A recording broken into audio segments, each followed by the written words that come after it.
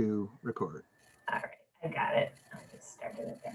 All right, so we are recording, and we just love to welcome everyone. Thank you so much for being with us this evening. We're excited to share a little bit about the Professional Herbalism series at Portland Community College's Institute for Health Professionals.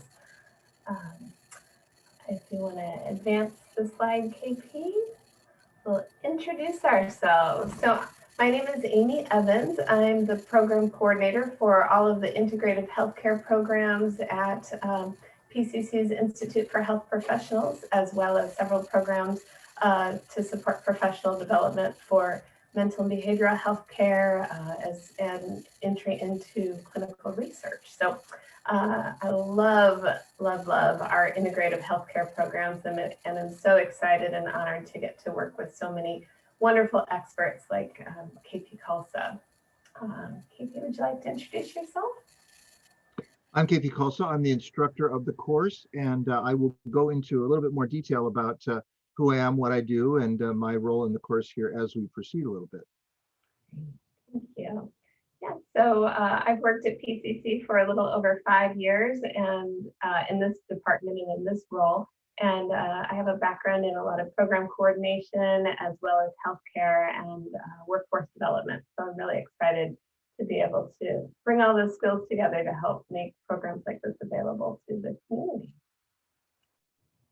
All right, Casey.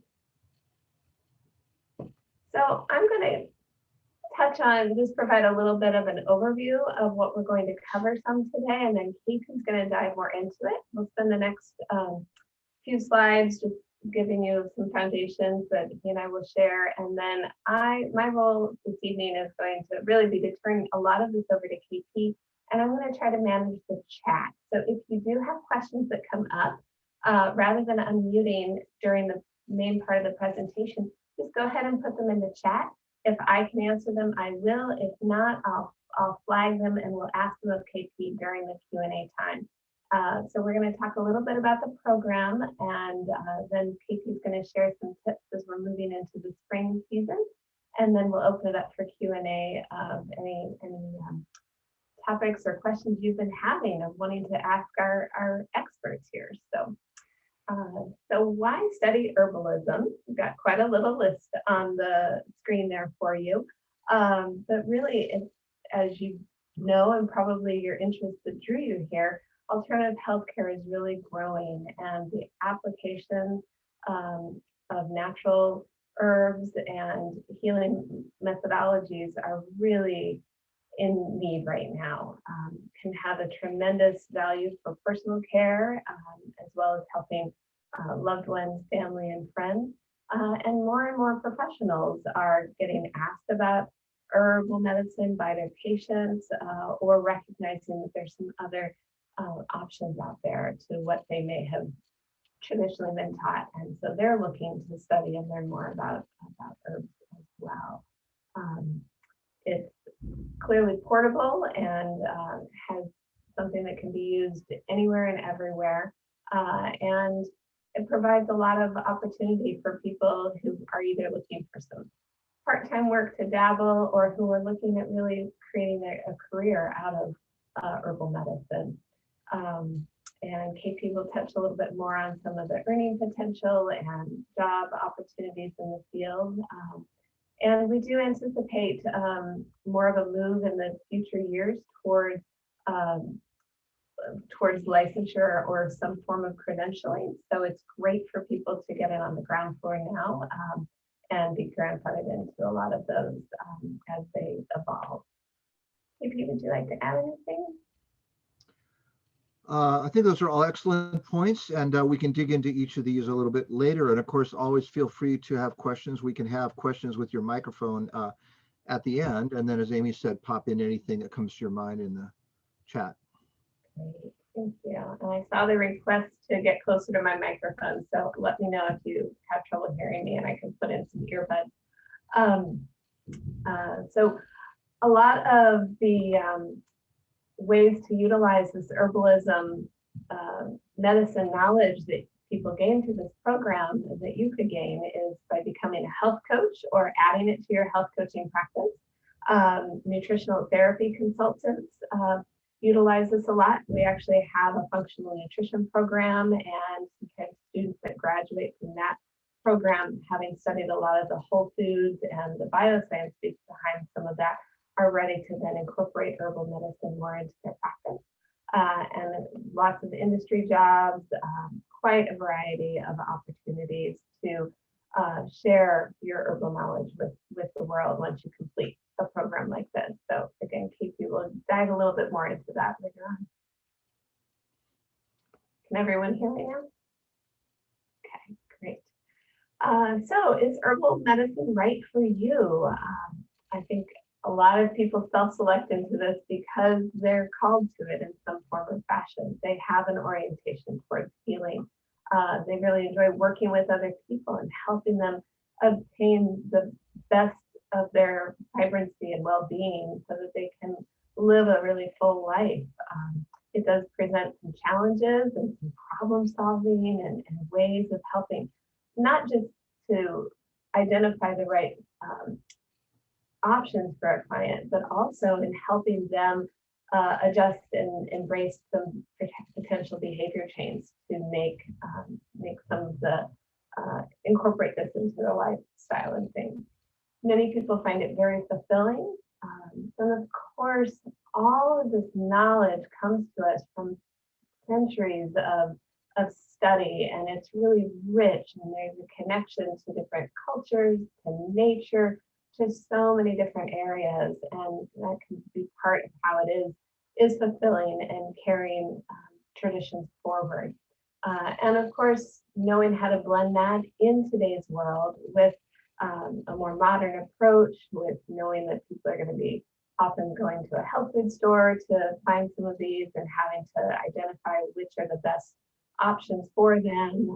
And maybe some people, we live in the Pacific Northwest here, so a lot of people are also growing things in their gardens when possible. And so you can take it into a variety of ways to be able to share and help people incorporate this into their lives and communities. Is there anything you'd like to add, KP?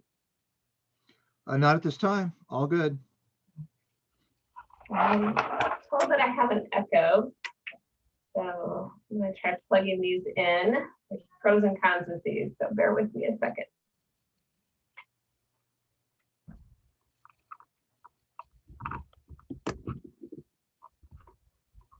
All right, how's that?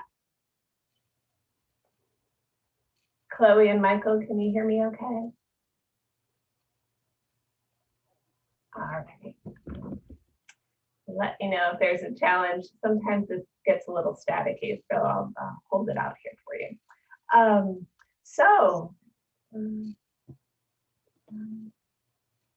Yeah, I am plugged in. I never had this problem before. KP, I may just let you take this over. I want to make sure everyone can hear, and I'm being told that there's some echoing on my end. I apologize. Okay, sure.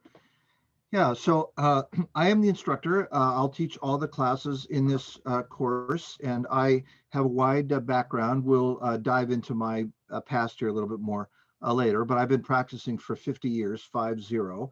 And during that time, I've studied the big three, we call them, herb systems from around the world, Ayurvedic, Chinese, and Western herbs. So the curriculum of the course will be evenly divided between those three systems roughly.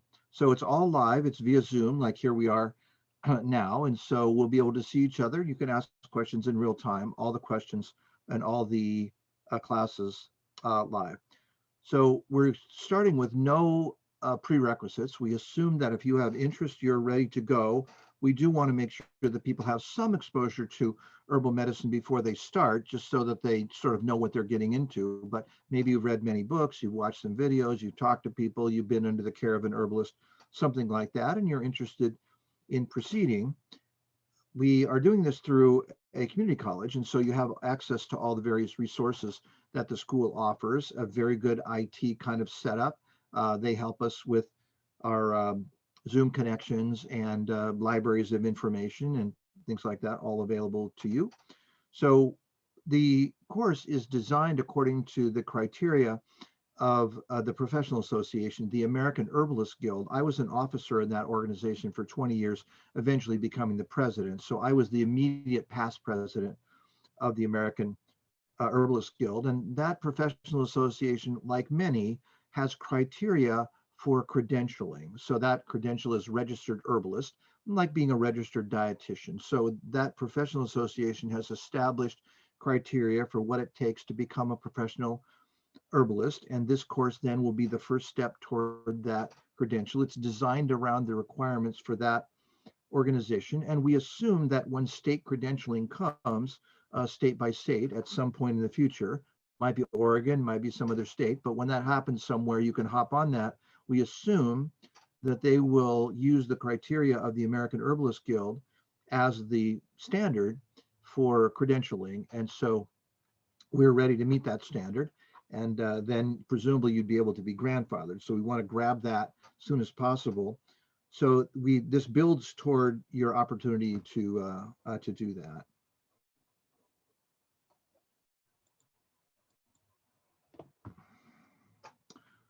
So the course is oriented toward helping you become an excellent technician. Most professional associations, when they design curriculum or tell you the kinds of things that need to be in a curriculum, are focused on you becoming a technician. And so that's what we'll study. It's very practically oriented. There is a fair amount of, it's an academic course, so you're going to be reading and have assignments and communication back and forth. And the classes are mostly lecture and discussion. So we're going to give you a solid foundation of the things that you need to actually be able to make this work for you as a job. It's the only profession I've ever had as an adult operating in the natural healing arena, and it's been very good to me. I've been able to make a good living the whole time, put my kid through school and all those sorts of things. So we know you can do it. We will give you a one-year certificate from Portland Community College. The structure of the course is modular, which means that we have 3 modules, 3 terms. Each term is a module. They can be taken in any order. So you could start with this in the spring coming up here shortly, and then take spring, fall, and winter in that sequence, something like that. But anyway, any sequence, the 3 terms, and then assuming that you pass the tests, you'll be able to receive this certificate from Portland Community College. The course is the first year of a 3-year program that is designed again by the American Herbalist Guild. And so the first 2 are academic years, and the third is a clinical internship. Currently, PCC is not offering the 2nd year or the internship, but that's available with me in the future. So you can do your entire 3 years with me if you choose to, or you can find other ways to get that education for year 2 and the clinical internship. So the educational requirement for the American Herbalist Guild is these 2 years. And so this will be your first year through PCC. Now, the course is very practically oriented, and we're training you to be clinicians. In a moment, we'll talk about other things you can do with a credential, and a good share of the people that take the course are not intending to be clinicians. Either it's just for self-healing or their family or something, that's fine, or to get a job in industry in some other aspect of herbalism. We train you to be professionals, but it's from a clinical perspective, assuming that you're going to treat actual sick people out there in the real world. 3 terms, begin any term. So it's an online virtual classrooms. Each of the classes are recorded. You can go back and listen to them again. Attendance is highly recommended, but not mandatory. So you can, we're all adults. We have schedule conflicts. And so you can grab some of the courses by recording and some live if you choose to, but it's all online. We have weekly office hours. You can speak to me during those times if something comes up. And we are going to dive into all 3 approaches. Most herb schools in North America focus on one of these particular orientations, Western, Chinese, or Ayurveda. Probably 90% are Western, and then there is a smattering of Ayurveda and Chinese programs oriented toward herbalism. But as far as we know, this is the only one that focuses on all 3. So a lot of different language to learn, vocabulary, ideas, but the world is moving in this direction. Your clientele will be aware of these different approaches. We have herbs available from all these different places around the world, ways to use them, uh, clinical perspectives, worldview about how these things work. So we're approaching it from this angle. I found that this method of modular teaching and fusing all these three approaches together works very well for people. It's a little bit new for some people. There's no real good way to teach herbalism in a linear way. There's no obvious starting point. It's not like learning mathematics where you start with your addition tables and then work your way through calculus. In order to learn each thing in the herbal world, you have to know a bunch of other things. And so, you dive in to the deep end, you tread water, and gradually you become an expert swimmer. So we go through all these things from these different orientations.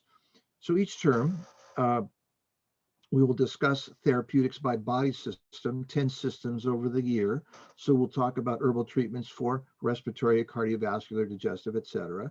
Therapeutics by region, we talked about those. Materia medica is where we discuss individual herbs in some order, but we talk about the herb itself, doses, how it's used, scientific name, all of that. And so for each herb that we talk about in the course, we approach it at least twice, once in some therapeutic unit, for some herbs, much more often than that. You've got an herb like ginseng, we'll talk about it several times for different systems. And then once in materia medica, where we concentrate only on that herb and discuss that. And we do over 200 herbs over the course of the year. Each module, we have a unit on plant chemistry, which is becoming much more necessary for people to understand the world of modern herbalism. A unit on preparations, how we actually get the herbs into people, tea, capsules, whatever that may be. Formulating, how you use herbs together, put together a combination of things to optimize them. And each module, we have a unit on herb history, where we discuss the history of one of the three big systems so that you understand the context. We want to train you to be modern herbalists, clinicians, experts, people who could speak at conferences, write articles, write books, the next generation of practicing clinical herbalists. So we want you to have a broad understanding of what herbal medicine is, being able to treat clients when you need that, but also how this interfaces with conventional medicine, how to read scientific studies, that sort of thing. A very broad perspective. During fall term, we talk about the digestive and cardiovascular systems. We also have a topic each quarter we call integrative, which just means we discuss some other aspect of natural healing and how it interfaces with herbalism. So we talk about homeopathy in fall term. In the winter term, respiratory, nerve, urinary. We talk about vitamins and minerals and how those are integrated. The spring term, you can see the systems that we discuss, and diet cleansing and hydrotherapy during that time. We're not going to train you to be a homeopathic practitioner or a nutritional therapist. Those are available from in other contexts, but we just want you to understand how to communicate with those practitioners, some basic concepts involved in that, and some things that you might be able to use along with your herbal training. In North America today, we divide natural healing professions into these modalities. Whether that's the best way to do it or not is another question, but that's what happens. So as credentialing has evolved, you get a credential as an acupuncturist or a massage therapist or a nutritional therapist or a homeopathic practitioner or a psychological counselor. We take the whole thing and divide it up into these tiny slices, and then everybody gets a little piece of the client and tries to work together. So we're giving you somewhat of a holistic perspective, but this course is to train herbalists.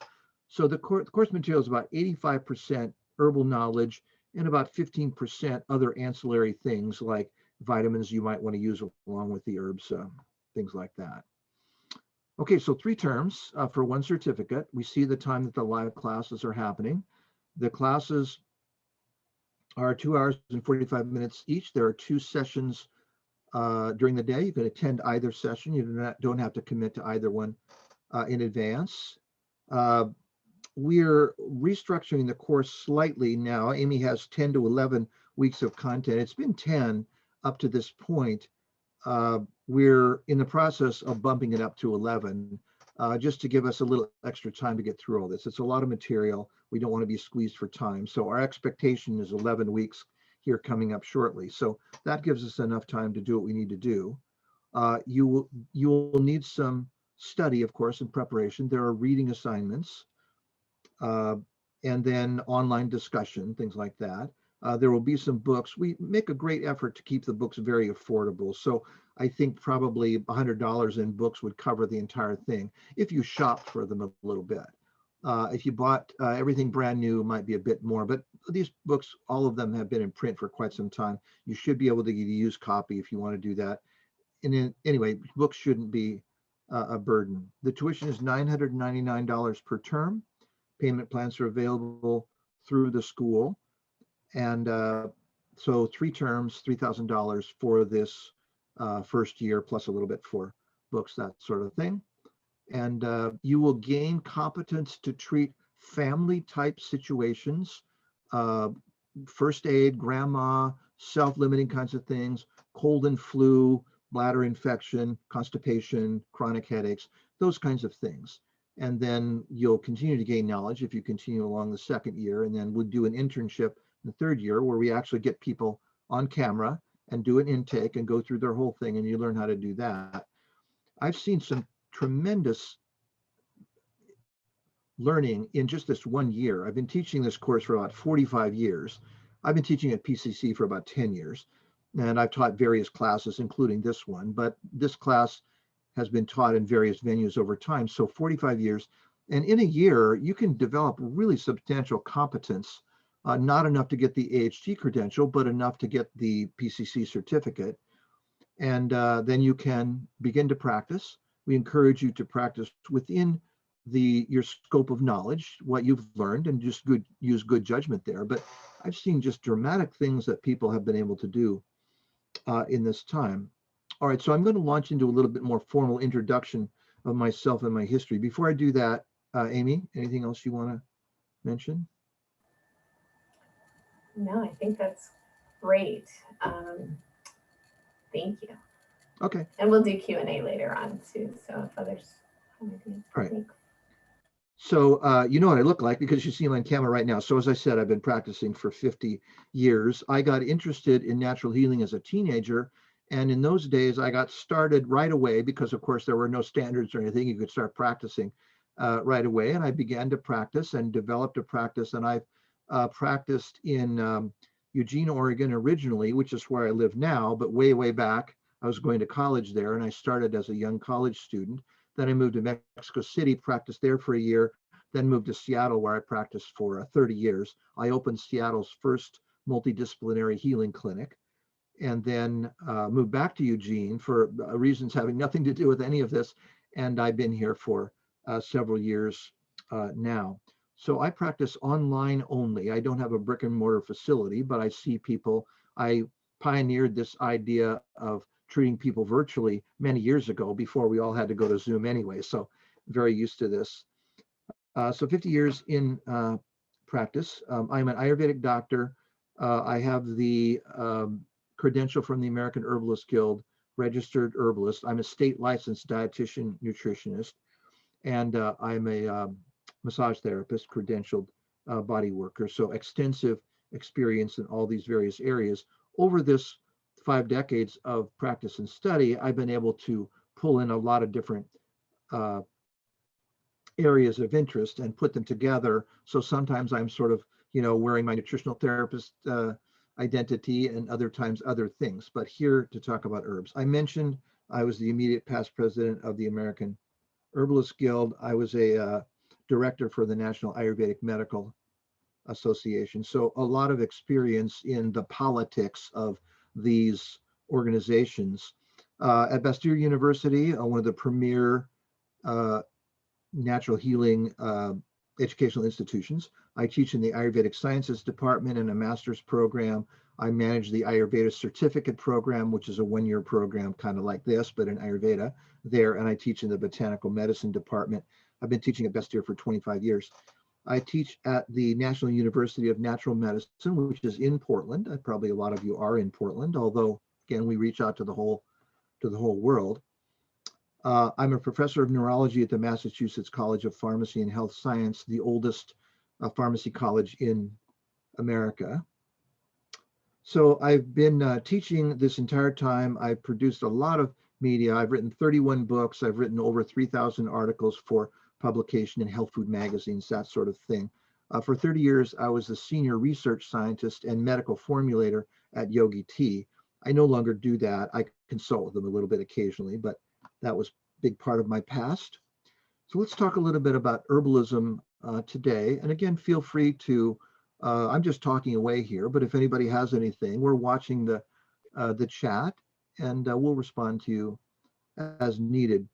So herbalism definitely getting more popular day to day, year to year, a lot of interest in herbs, but the question is, how do we then use them?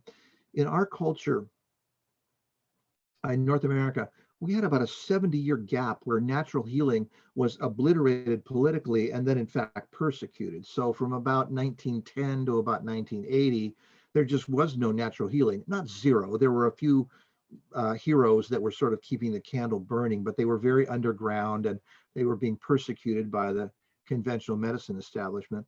I got involved in all of this uh, around 1970, and that was the time when a bunch of free-thinking, people from the 60s were interested in these ideas: Eastern philosophy, herbs, nutrition, diet, yoga, all that kind of stuff. So began to get involved with that. On the herb side, a bunch of us ran into each other just doing these sorts of things, and that eventually led to the formation of the American Herbalist Guild. But we began to share with each other and learn about herbalism. So we studied with mentors from the previous generation, people who had graduated from these natural healing schools back in the 1920s and 30s when it was just about to conk out. And those people were all elderly when a bunch of us, I was a teenager, studied with them, and they were so glad to find us, and we were so glad to find them, that we had just very few years of intense study with these mentors. And as we met them and introduced ourselves, we would introduce to each other and to our mentors. And so we developed kind of a core group of Americans that were studying this natural healing sort of thing. Well, fast forward now 50 years, and we have a well-organized situation. Everybody, I think, in America has heard about therapeutic herbalism now, and there are health food stores. You can get these things on Amazon. What we don't have is much cultural knowledge about how to use them. So everywhere else in the world, other than North America, herbalism continued even through that time of difficulty when conventional medicine was dominating. Still, herbal medicine wasn't crushed. I was talking to someone in Switzerland the other day, and he said, "I can't believe you Americans. You don't take herbs every day? How do you stay healthy? How do you stay alive?" He said, "Everybody in my village takes herbs every day and has as long as anybody can remember." And my family, my aunties, my grandparents, my neighbors, everybody.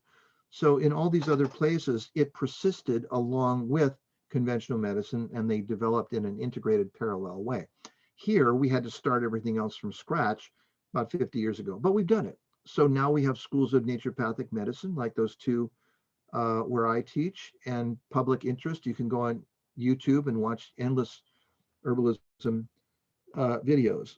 So our culture took a very product-oriented approach to herbal medicine. How can I sell it? Who can I sell to? What can I sell? So we ended up with a lot of herbs, but not much herbalism. So I'm sure that all of you have had this experience of going into a health food store, and it's a giant array of a bunch of stuff with vocabulary that's hard to understand. And how do you use it? Where do you use it? And then you're trying to get help from somebody, and often that's not very successful. So tremendous production of stuff, but not much production of knowledge. So that's why we're here to change that. In these other places, herbalism never died out, and so you have grandma taking care of about 90% of the things that come up for people: headaches, constipation, tummy problems, menstrual cramps, those kinds of things. Self-limiting home treatment situations, grandma takes care of those. So typically, grandma learned from her grandmother, who learned from her grandmother, and they might know 12 to 20 herbs and maybe a dozen ways to use each herb. That covers a lot of territory. Then maybe 8% is the next level up, the clan herbalist, again, a more formally trained person who might have a repertoire of 100 herbs learned from her grandmother, and she treats the extended clan. The other 2% are treated by people like us, academically trained professionals, and that's where this all fits together. We're training you to be in that 2%. So again, depending on how far you go, you'll gain enough knowledge to be able to do that. I have a doctorate in Ayurveda, which is the Indian holistic healing system of medicine, not exclusively herbal. But the point is, you can go far in your education with these things now, and actually be able to get to whatever level you choose. That 3-year credential that the American Herbalist Guild offers is, let's say, an advanced master's level, something like that. We haven't quite gotten to the doctor level in that science yet. But anyway, a tremendous development. So we have the books, we have the institutions, we have the teachers, and we're rolling. So you can be part of that in this course. So I talked about grandma handling 90% of the health issues, and then professionals treat what grandma can't handle, and that's where we are. That's what we're treating you to do.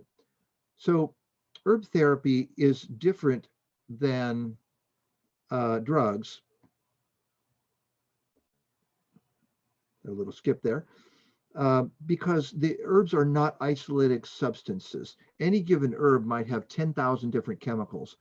Of those, maybe 100 are active, and of those, maybe 10 or 12 are the principal constituents, but they all act in a parallel way so that the body can benefit from them with these different avenues of support, rather than a drug, which is one specific chemical, often one the body's never seen before, whereas the ones in plants our bodies have seen before.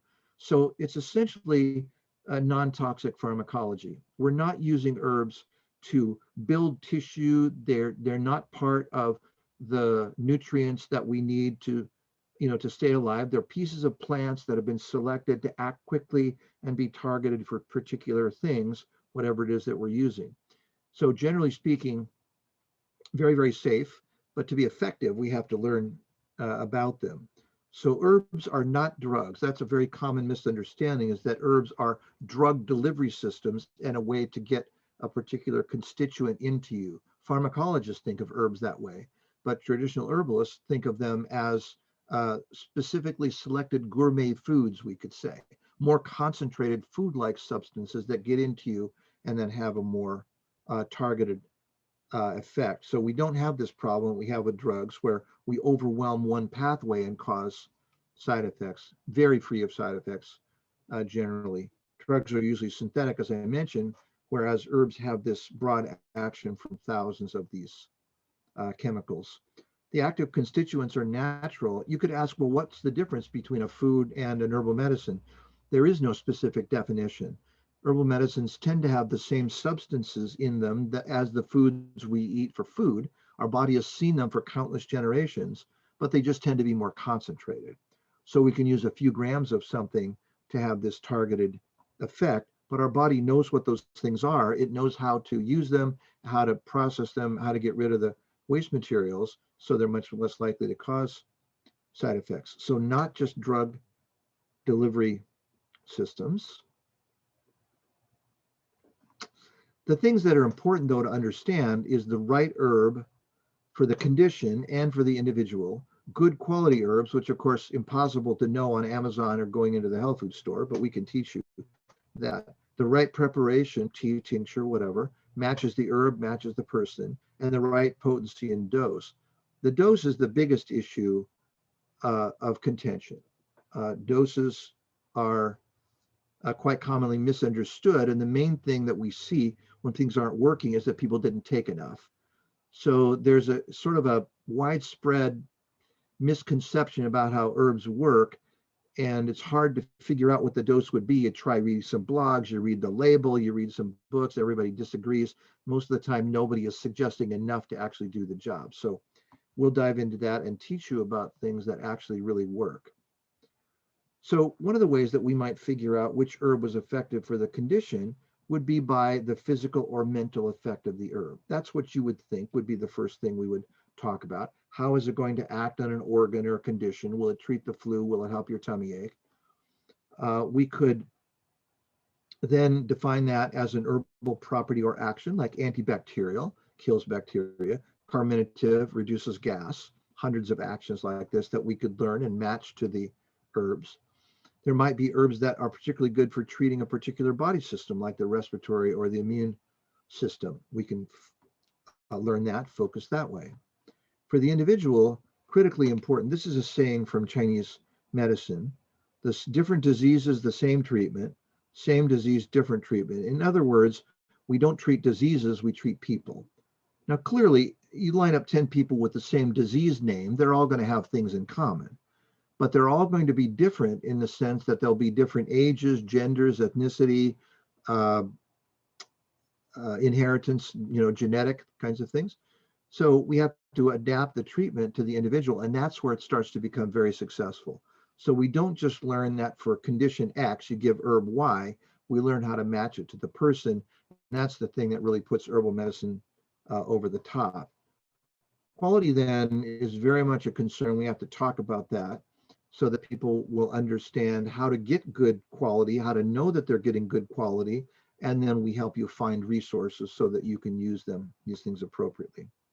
All right, so given all that, this course is oriented toward professionals. Again, I would say half the people in the class aren't planning to practice. They're planning to use it for their own use. Often people have some issue that's been hard to crack. They learn how to deal with their own situation or their family, something like that. And the other half are looking to go into the field somehow, maybe with industry, maybe with education. So our classes often involve established professionals, dentists, nurses, massage therapists. It's a wide gamut of possibilities, but people who are in the healing arts and they want to just extend their abilities, or they're looking to make a career change, or they want to have a different orientation, something like that. So good percentage tend to be that. If you're not in that category, that's not something to be intimidated by, because we have medical doctors in these classes, but they've never studied herbalism before. So you're just as familiar with herbal education as they are, and there's no particular big advantage to having conventional medical training. Some people may be starting their career. Amy was saying earlier about how the projections for healthcare are just off the charts in terms of being employed. The whole alternative health situation is slowly getting more and more organized, but clearly it's going to be a big part of the future. And there's a career waiting for you in that. I started when it was impossible to even know what to do with or even have a career path, and I've been able to do it. So if I can do it, you can do it. Personal health, as we mentioned, so a lot of people have that interest, or their family, supporting their family's health over time. So the kinds of careers you might consider: wellness counseling, which is what, again, a lot of us are going to do. That's what I do, talk to people on Zoom all day long, talking about their issues and helping them find solutions to those problems. You might want to be involved in the actual education itself. There's a pressing need for teachers in this field. I'm looking for good teachers all the time to get together with and help teach these various classes. We're in a kind of an unusual place now, which happens in all fields, where the first generation learned these things and began teaching. Then the second generation, the number of students that are interested expands tremendously, and we need a lot more teachers, but by that time, the first generation is already busy or full or retiring, something like that. And we've got this phenomenon now across the natural healing field where people who have just graduated then become a teacher because there are no seasoned teachers to teach. And then they teach for a couple of years right out of school, and they teach whatever they learned in class. And then they go off and find some other job in the field, and then the next graduate teaches. So we need to get some seasoned teachers who actually really like teaching and want to do it. There's a lot of opportunity there. That's one of the biggest areas. A person who really is an excellent teacher, knows what they're doing, can speak publicly, feel comfortable doing that, and knows their stuff. So if that's you, there are slots available today for you. You could also be involved in public education, teaching through park and rec departments or at children's schools, or who knows what. All kinds of opportunity to teach the general public, either as an entrepreneur or associated with some organization. Many of my students have gone on to then become educators through some other organization, and they get paid to teach families and whoever about herbal medicine. You could be involved in various educational events, which might be anything from a community gathering to a trade show. You might end up becoming involved in retail. That's an opportunity to be, let's say, the herb expert at a health food store. So a store would hire you to be the source of information for people who want to use herbal medicine from some outlet. That's definitely available. You'd be the expert then. You'd know a lot more than anybody else in the store about how to use these things, and you could direct people properly. You might be involved in industry in some way as the technical expert. So companies that make nutritional supplements, for example, let's say they're making herbal products, you would be the one that knows about which herbs are which, how they get processed, all of that. So industry in general, a lot of things available. Really, this is an area that has a lot more potential even than private practice, because again, we decided to make a lot of products rather than training people. So in industry, you might be involved in regulatory compliance. You might be involved in regulation, which might be at the governmental level, something like that. Governments are always trying to decide how to regulate these quality or education or various aspects of this. Might be quality control for a company. You're involved in deciding how to inspect things that are going in and out or going into products. Research, of course, a lot of opportunity there. All these areas are beginning to realize that they actually need trained people. So a lot of lab research on herbs is done by people who are very familiar with research, but have no familiarity with herbs. And they end up creating studies that are kind of, they don't give us the information that we really want. Then if they had an herbalist on the team, they wouldn't have made those mistakes in the first place. Product development, of course, that's definitely available. Import, export, everything about that. That might be a business that you initiate as an entrepreneur, or you might work for somebody else. All those aspects of everything it takes to get things in and out of the country along the herbal line. Okay, so this is what we're doing here at PCC. I will be the instructor. It's online. We mentioned that. 9 months total in any order of the 3 modules. So not a specific order. This is spring term that we're going into here now. So you could do it in any sequence that you wanted. The logical one would be spring, winter, and spring, fall, and winter. We don't have a class during the summer in this topic, but there are a few things available and during the summer if you're interested. So we talked about that it's based on American Herbalist Guild standards. The credential is registered herbalist, 1 evening per week. And we're interacting directly in class, just like we are here now. Everything is recorded for further viewing if you choose to do that, but you're not viewing an asynchronous recording. You're actually in the classroom with me talking.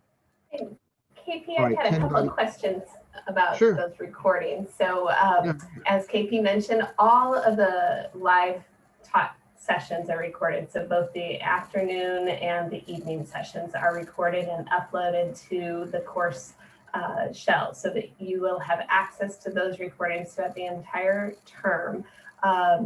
And you are not required to attend the classes live. We have definitely had international students who are on entirely opposite time zones, or people that just can't adjust their work schedule to be there live. And as rich an experience as it is to be live and be able to ask your questions live, KP has been wonderful about being available through email to answer questions. And then of course he has those office hours. So we have had several students who completed the program just by watching the recordings who were very successful in the program there. Also had a question about assignments. So KP, if you want to weave that in, it's mostly reading assignments. The only test or exam is at the end, and it is open book. So we're just validating that you have met the objectives and learned what was expected in order to be able to confidently issue you those CEU hours and ultimately the certificate after completing all 3. But KP, feel free to add to that if you have anything. Right. So no graded assignments. There are reading assignments. So the reading assignments progress as we go through our various material, and we expect you to be on top of those reading assignments, but no graded assignments. The only grade, so to speak, the only evaluation is that test at the end of the module. All right, so 10 body systems we mentioned. We have this threefold approach, which is the best from Western Ayurveda and Chinese medicine. Uh, since I studied all of these things, that's the way I got started teaching this, and I'm really glad that I did. It gives us a much wider perspective about what herbal medicine is all about, and it gives you the opportunity to use these things from out there in the world from these different systems.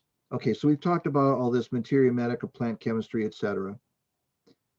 Wellness assessment, we talked about how to be able to figure out what's going on with your client or your family member, and so we can match that to the proper herbal treatment.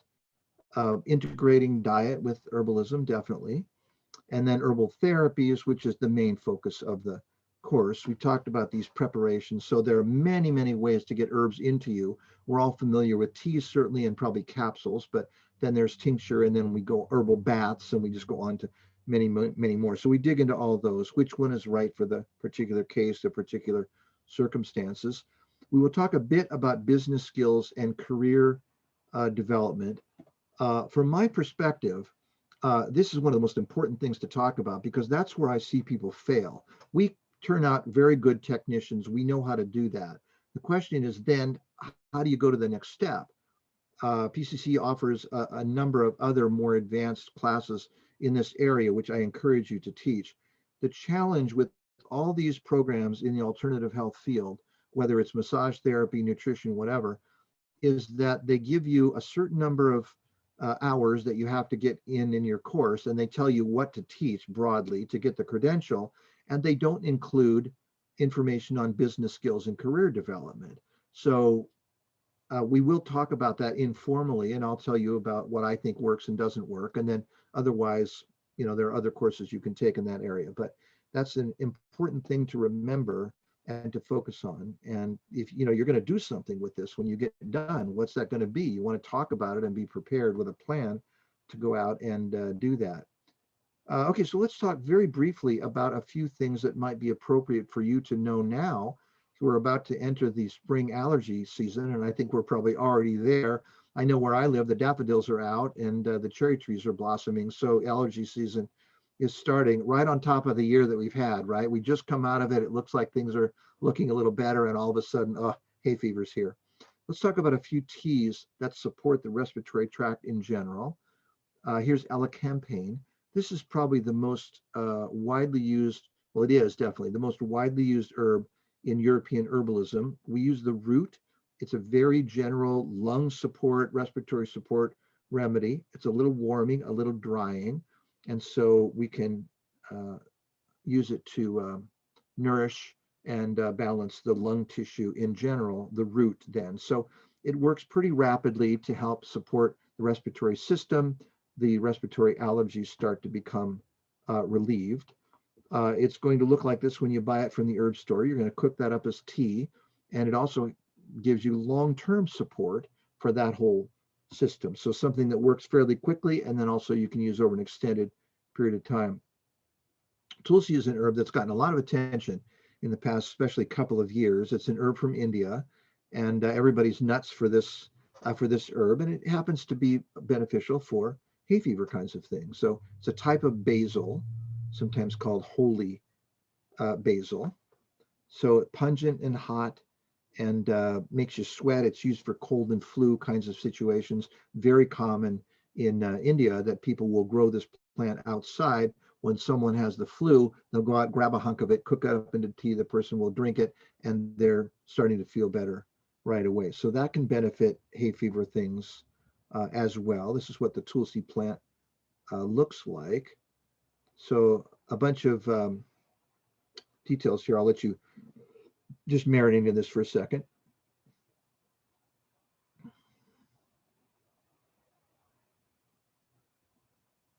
So easily available, something you might consider. This is a Tulsi farm. This farm is in North America, where people are growing Tulsi. It's a basil, so it likes hot weather. So hotter kinds of climates further toward the south in North America. These guys are Tulsi farmers in India. So Tulsi is a fairly large plant. It's a type of basil. If you didn't know it was a basil, you might not even recognize it because the leaves are more leathery, thick, kind of fuzzy, definitely hot, pungent kind of thing. Not going to be good on pizza. So these guys are planting their basil plants, a foot or two apart. You can see here because they grow pretty big, grow maybe, as round as your arms could reach and maybe up to your waist or a little higher. Here we see Tulsi being harvested in India, but very widely available. Organic India is the brand that kind of put Tulsi on the map in North America. A good general respiratory tea, immune enhancer, and something that may give you some relief from hay fever. Basil, again, in mint, here you could use the Tulsi or pizza basil to make this tea. So basil and mint tea for your respiratory tract. Some more details here about this.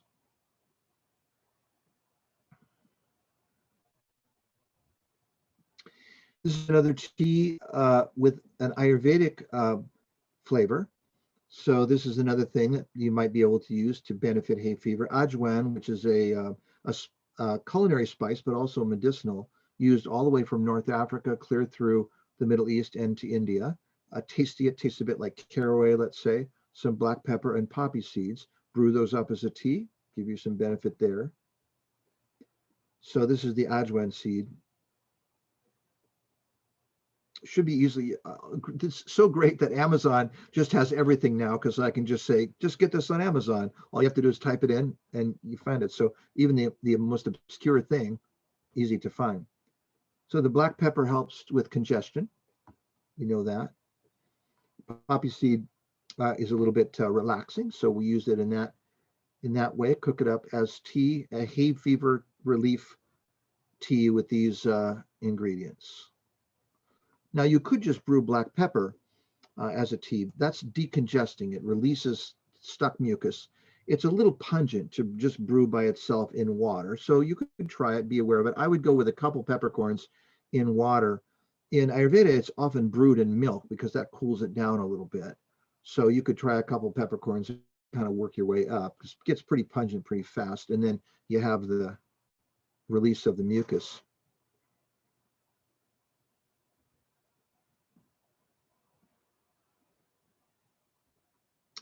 This combination is relatively new to North America. It's not a traditional combination. Nobody knows actually where it came from, but it just kind of burst on the scene in the Ayurvedic world maybe 10, 15 years ago. It came from somebody somewhere, but people began using it, really liked it.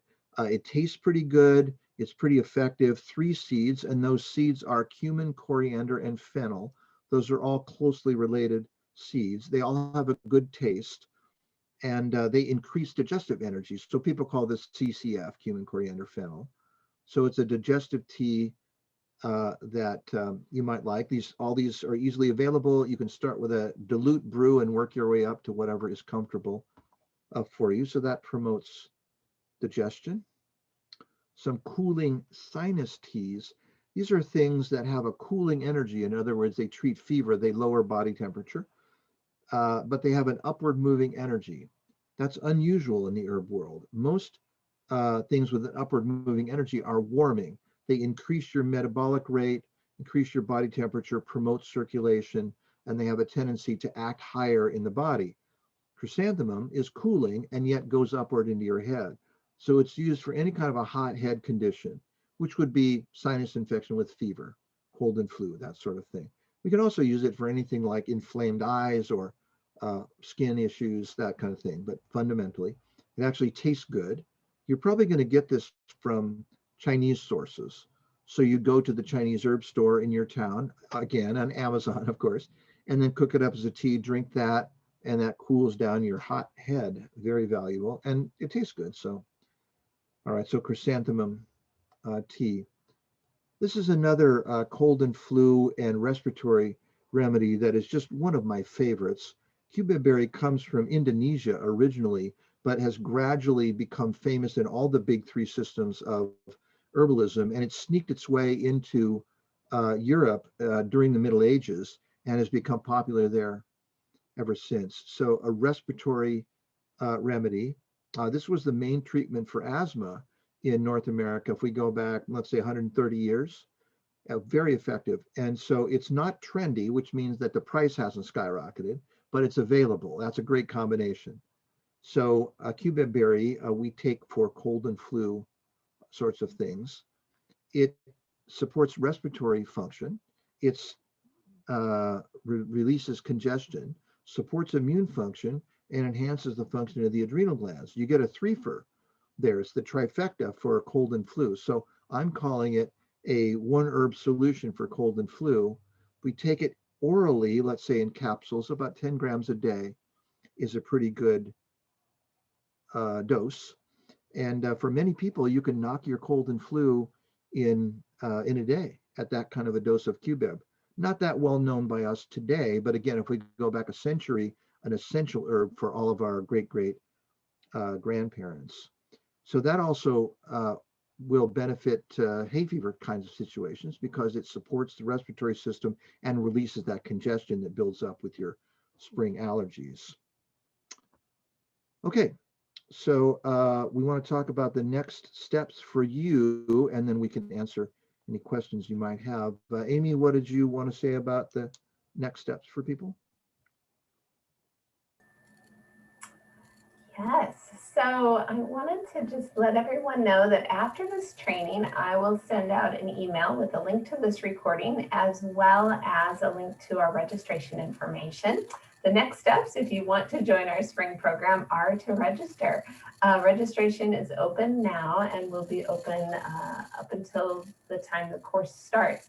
But I strongly encourage anyone who is interested to get registered in the next week so that you have time to purchase your books and be prepared and practice logging into the system and be all ready to go because the class does start on March 31st. So just a little over 2 weeks from now. You will need to register for the course. There's a 5-digit course registration number, or CRN for short. So I will put that in the chat, and I will also put the registration information in the chat for anybody who wants it right now. And once you are registered, you can set up some payment plans if you would like. You can do all of this online once you've created your PCC account. And those payment plans you can self-select into if you'd like. You can choose a 3-time payment plan or a 5-time payment plan that just spreads it all out over the course of the term. A little front-loaded there, but still helps you spread out the payments a little bit. And then the other option is to call and get some support with that over the phone. So both your registration and your payment, I'll put a phone number in the chat where you can call for support with that. Before anybody can really help you though, you do need to go ahead and at least start the process to obtain your student ID number. Again, that's part of why I encourage people to go ahead and start registering soon. If this is your first class with PCC, then getting that ID number at this busy time of year for the registration office can take 3 to 5 days. There is a manual part to that process so that your identity is protected from anybody trying to break into the systems and things. We really value your safety and identity there. So just know that you want to build in a little bit of extra time to do that. And we'll get you all registered. We've also had a couple of questions. So one question was about the price of the second and third year. So the second year is structured very much like our PCC price structure. We have a $10 technology fee each term in addition to the $9.99. So I don't believe that KP's Institute has that fee, but otherwise it's, correct me if I'm wrong, KP, but last I checked, it was still $9.99 per course, which still follows that same term structure. So fall, winter, and spring through KP. And then I can let him talk a little bit about the third year pricing and hours and what's involved in that. So it's a real seamless transition for you that we send you information at the end for how you can register with KP, or you can share that during the class as well. KP, are you able to share anything about the third-year pricing and time frame? Yeah, sure. So that course is 2 terms long, and the cost is for all the third year is actually slightly less expensive um, by just a little bit, but basically these are all essentially the same price. So in the third year, again, that's modular. We do our best to run it. It's two quarters, and so we do our best to run it twice a year. It's modular. You take term 1 and term 2 in any order. They're not sequential. They're just numbered that way. So occasionally we don't have enough enrollment. We have to kind of push it back, but one way or another, we get it in once or twice per year. So the idea is when you roll out of year 2, you're ready to go for year 3. If you want to do that, you can roll right into the next term. And then it's all focused on clients in the actual exam room. Again, it's cameras and microphones, of course, in the modern age. So 6 months total for that. So yeah, you're looking at 6 academic terms and 2 internship terms for And that we, American Herbal Skill credential. Yep. and then we consistently take the summers off so that you can enjoy a little bit of spaciousness there and all of the beautiful outdoor activities and things that you may like to do. And then Emily has a question that I'm going to ask her to unmute and go ahead and ask her question. Awesome. Thank you so much. It's all been super helpful, and I'm really looking forward to the program. I think one of my difficulties when learning about like herbalism and healing medicines in the West is often this like whitewashing that occurs. And so I'm always really cognizant of the type of voices that are being uplifted, specifically like the authors of textbooks being used or the folks who are invited to participate in class. And so I'm just curious if your class in particular did have an equity lens as it relates to that. Yeah, so that's kind of my general question. Emily, I'm sorry, but your volume is so low that I couldn't hear everything you were saying, and I'm not quite sure what your question was. I think I got the context. What did you want to know? Yeah, so if you got the context, then maybe just curious if there's like an active equity lens that's used to make sure the type of voices that are being uplifted are most likely those from, say, like if we're talking about Ayurveda, folks from India or of the descent, and yeah, etc. Nope, it's all me. Nobody else in the course teaching it, so there are no other uplifted voices from any other ethnic group. We don't have guest experts, anything like that. Oh, okay. Okay, thank you.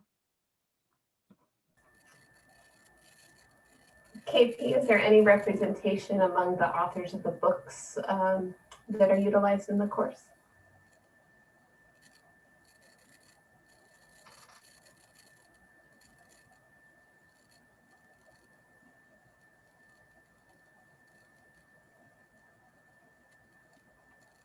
Amy, your mic is a little fuzzy. I'm not quite sure what if you were you addressing that to me or the group? I was asking that to you. What was the question? Sorry.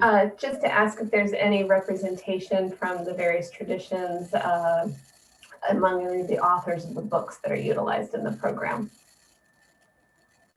Ooh,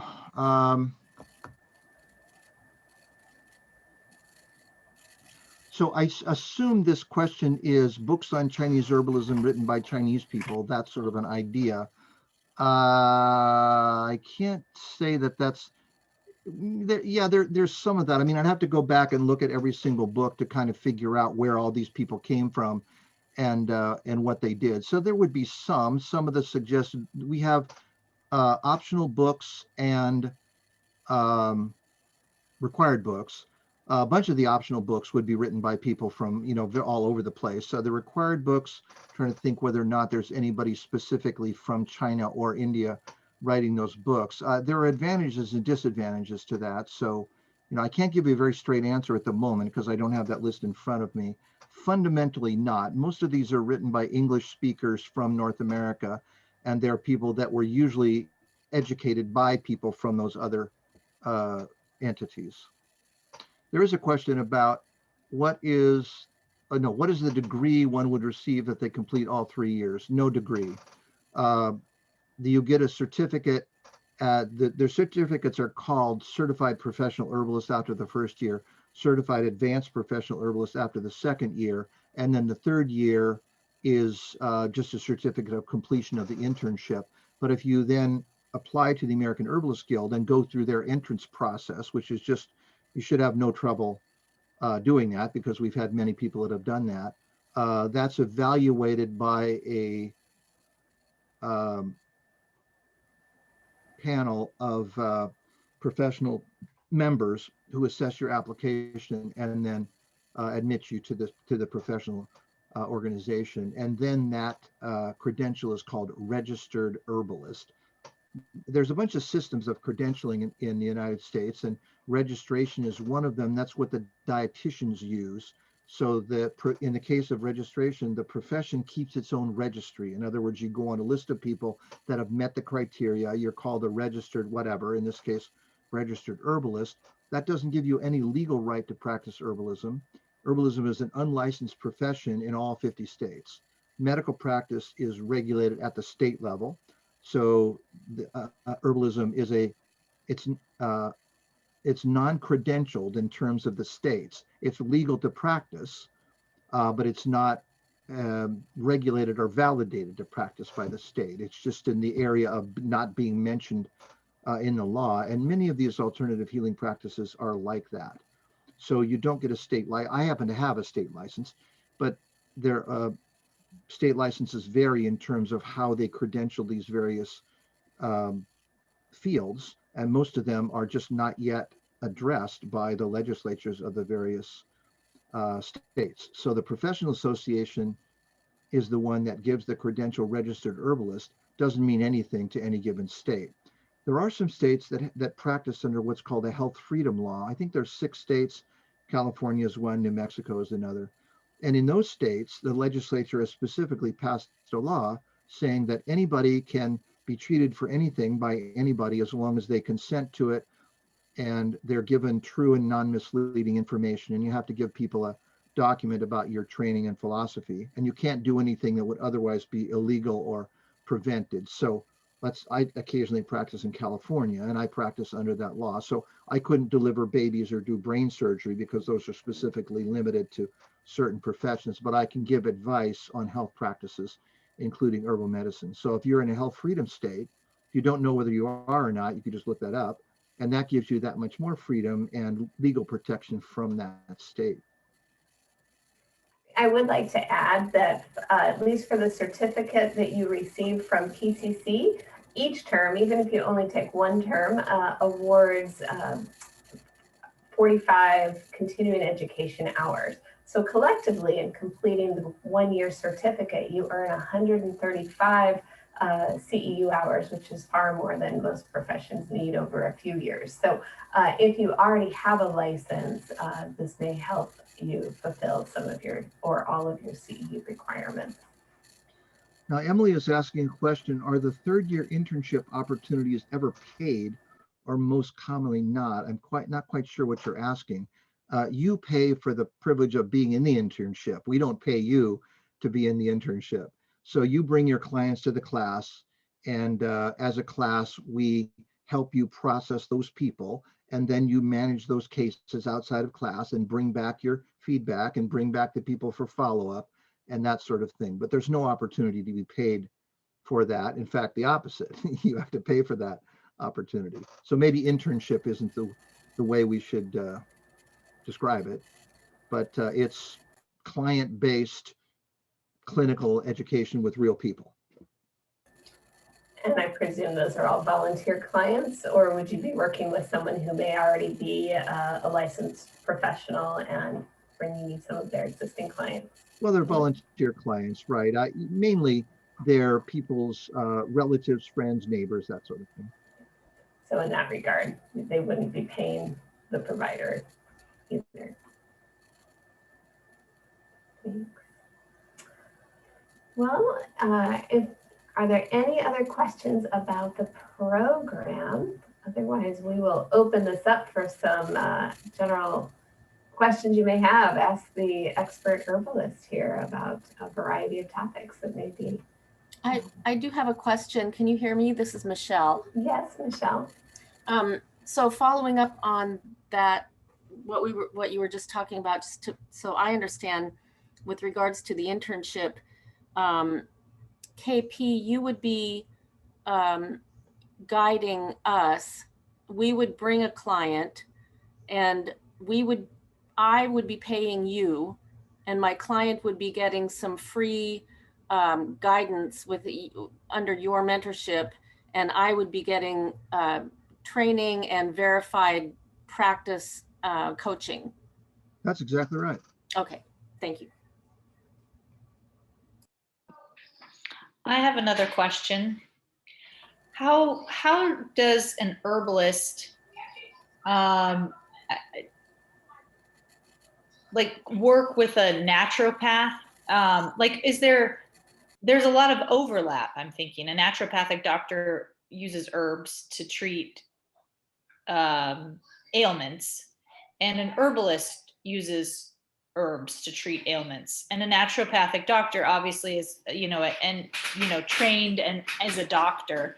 But like, would a naturopathic doctor hire, for example, an herbalist to, be next door, or is it kind of like you're your own health professional and you're doing a whole different thing? I just kind of want to understand that a little better. Right. Naturopathic physicians study 17 modalities. So they get a very brief introduction into each of these 17 ways of administering natural healing. None of them is in depth enough to really be able to master it and practice it at the doctoral level when they graduate. So they have to take postgraduate courses if they want to specialize in any of these things. So even just the first year of herbal training in this course, you get more herbal education than naturopathic physicians do. So you're a specialist in a particular modality. So some naturopathic physicians know that they want to be herb specialists, and they're already herbalists of some kind. They go to their 4-year school, they learn all the other background things, and they get a license, and then they use that again to just continue to be herbalists. Others have no experience in natural medicine. They go to naturopathic school for 4 years, decide that they want to specialize in herbal medicine, and then take other postgraduate courses. Any of the scenarios that you mentioned may be possible. So you might be hired by a clinic that also has a naturopathic physician, or be hired by a naturopathic physician to work in their practice. So you're the herb specialist. Most naturopathic physicians are not herb specialists. There's 17 modalities, and usually they specialize in either a modality like body work or diet or herbs, or they specialize in a particular disease or population, women's issues, children's issues, whatever that may be. And they may use herbs as a part of the potpourri of things that they use. But if you worked for them or with them, you would be the herb specialist, and you would have a much more in-depth education in that modality. And so you would help them choose which herbs to use when. So they might refer to you within their office under their supervision, and then let you recommend the things that you recommend to that particular patient. So all kinds of possible ways that can connect. But yeah, it's very common that these people do interact. Many professional members of the American Herbalist Guild, in fact, are naturopathic physicians, and just that's their professional specialty. So all kinds of ways. Thank you. Amy is putting some information in the chat. If you want to save this information, you can cut and paste from the chat, or you can just click on the URL that you posted there. That'll take you right to the web page now, because of course this chat's going to go away. Other questions that people have? I do have a question, and that is, I know that there's a lot of programs offered online virtually that are not through an institution, and I'm curious if you feel in your experience that this is through PCC, then there's maybe more opportunity to have connections post program as opposed to one that you're just doing on your own online. Yeah, I mean, there's a lot of advantages to working through an institution, that's for sure. I'm not sure how much students consider that or take advantage of that, but certainly PCC is part of a network of other community colleges around the country. You might be able to sort of leverage that in some way. So some people feel like it gives you more credibility to have your certificate say community college on it. It's kind of a personal choice. The PCC does give you some advantages in terms of things like infrastructure. So you can, we have a good solid platform that we use for the classes, for example, and there's good tech support for that. So, you have some advantages from it being an institution with some resources.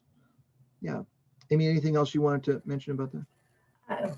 I will mention that we are a credentialed institution, and so some people find that helpful. And also being a college allows some students, if you have a scholarship or a grant or an educational stipend, to more easily utilize those systems. Also, we help track things for you. Many people like having something that is on a transcript as rather than just a certificate from some place that may not be as well known or established, or may not have the longevity that a college has. And your question also made me think of something we could have mentioned in the presentation earlier. And it is that in addition to the robust learning platform where all of KP's PowerPoint presentations are stored and accessible to you, and all of the videos are accessible, we also provide you with a Zoom account, and several students have opted to create study groups to really help them synthesize and integrate the material more. Some do it in review of the previous classes, and others are doing the reading and meeting in preparation for the upcoming class, so that the questions that they're asking have a lot more depth and they're really learning together. And I know that some of those bonds have really forged into long-time professional relationships, friendships, other things there. So I see that as one of the big assets to being a part of a live course set up there. And that has also included students that couldn't attend live. So that's part of what they were seeking in a study group, was a different time to meet and get together with everyone. All excellent points. Study groups are not mandatory. So some people participate and some don't, but we very much encourage them, and it adds tremendous depth to your learning. We can pretty much tell who has been studying in a study group. It's this, when you're just sort of doing it alone by yourself, you're kind of isolated and you get whatever out of it you can get. But when you start to bounce that off to other students, oh, we talked about that in class. Did we mean this? Do we mean that? What did you interpret that? You can bring those questions back. So study groups, very definitely. We don't arrange the study groups. The students arrange them independently. But typically we have study groups every quarter that people may just get together with another study buddy, or maybe they have a group on Zoom. It used to be people would meet at Starbucks and study or something. Maybe that day will come again. But they connect with each other through our network. You all have a PCC email, and you can email each other right straight through the class portal, and or arrange Zoom or whatever it takes. So yeah, that's a big part of it for many people. Great questions, though. Any other course or program specific questions?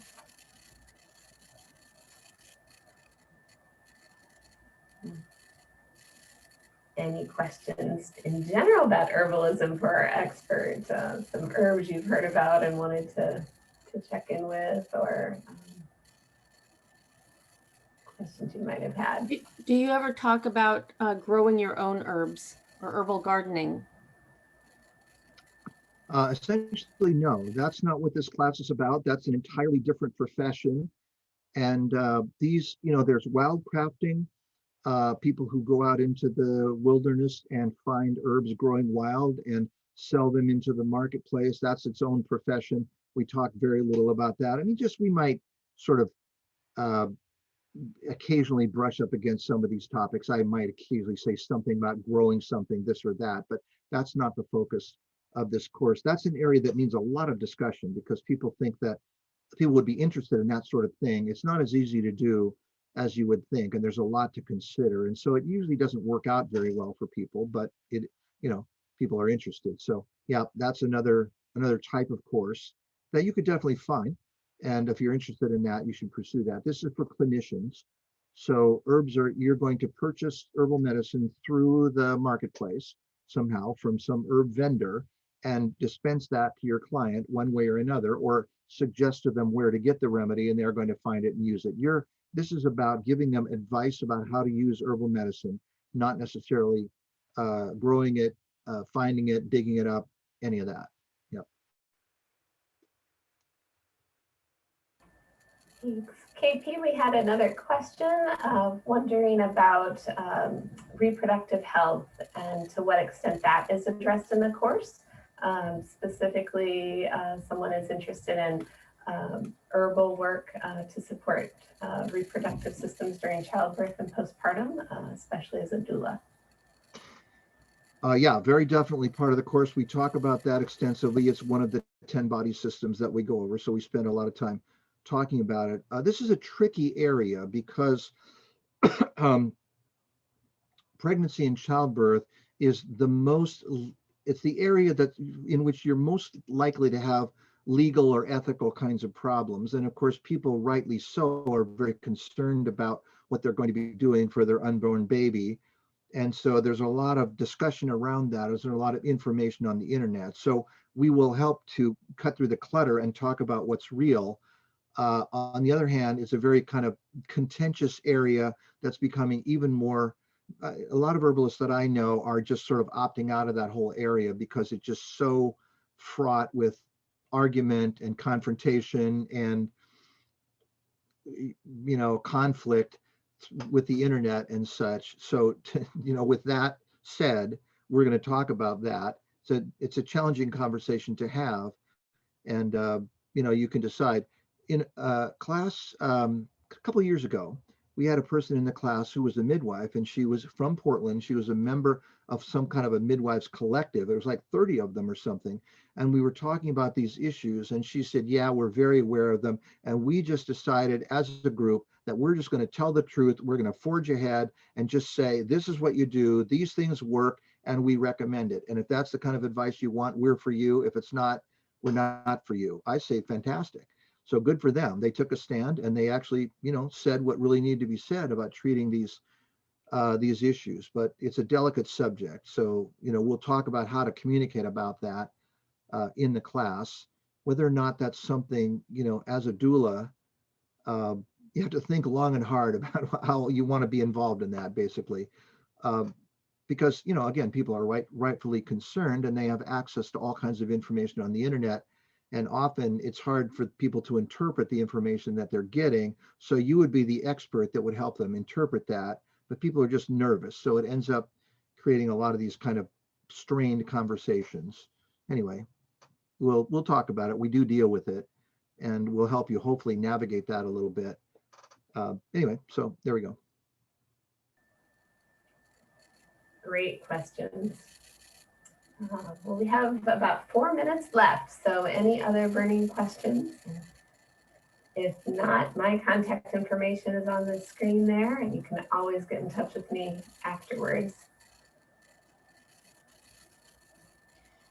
I know you touched on this a little bit earlier, but I come from a background in politics and a really big interest in nature and the outdoors. However, my background in biology is very minimal. And so I'm wondering if there are specific sections, because I know you said regardless of background, we can do this. But if there are specific sections that you feel are more harder for those folks who are less like biology and body focused. And yeah, thoughts on that. That usually turns out to be not much of an obstacle for people, honestly. It sounds like something that would be a problem, but we've had people of every credential in class, and very often, a massage therapist will know more about what we're talking about than the medical doctor in class, just because training is different, orientation, focus is different. I remember we had a radiologist in class one time, and we were discussing the particular location of a certain bony part in the body. And the radiologist said, I can find it on an x-ray on an actual human body. I don't know. And the massage therapist said, well, it's right here. This is how you do it, that she touches them all day long. So that hasn't proven to be much of an issue. In each of the therapeutic sessions, we do a little bit of an introduction of A and P, just enough, that's anatomy and physiology, just enough to give people a very basic background that they need to know to get started. The American Herbalist Guild does require you to get that credential to have a class in anatomy and physiology. So I make classes available during the summer. We have a 6-week class, which is adequate for their requirements, 6 weekend evenings on anatomy and physiology, and another 6 weeks on biochemistry. We don't do that through the PCC program because so many people have already had anatomy and physiology somewhere along the line, and they don't need to take it again. So that's adequate for their thing. It's an elective, let's say. So that would be a good thing for people to take, probably both of those, so that you get the basics of those things. Really, it's enough different that knowledge of conventional biology is not that critical to understand. Everything is always to the good, so we encourage people with any kind of background in the sciences to use that knowledge, but it's different enough, probably not going to be much of a problem. I haven't had people saying, hey, I can't keep up here because I didn't take biology. Awesome. Thank you so much. Are we set, Amy? I think so. I think that's a great stopping point. So thank you again, everyone who joined, and thank you for your wonderful, rich questions. It may take me a day or two to get this video sent out to you, but you have all of the registration information is in the chat there. So I'll leave this window open a little longer for you to capture that if you would like. So please do go ahead and start the registration process as soon as possible if you would like to join us for the spring term. And if spring is too soon for you, we will look forward to seeing you in the fall. Reach out with any other questions. And thank you so much, KP, and thank you to all who joined. Wish you Always a pleasure. evening. Great to be with all of you. All right, have a great evening.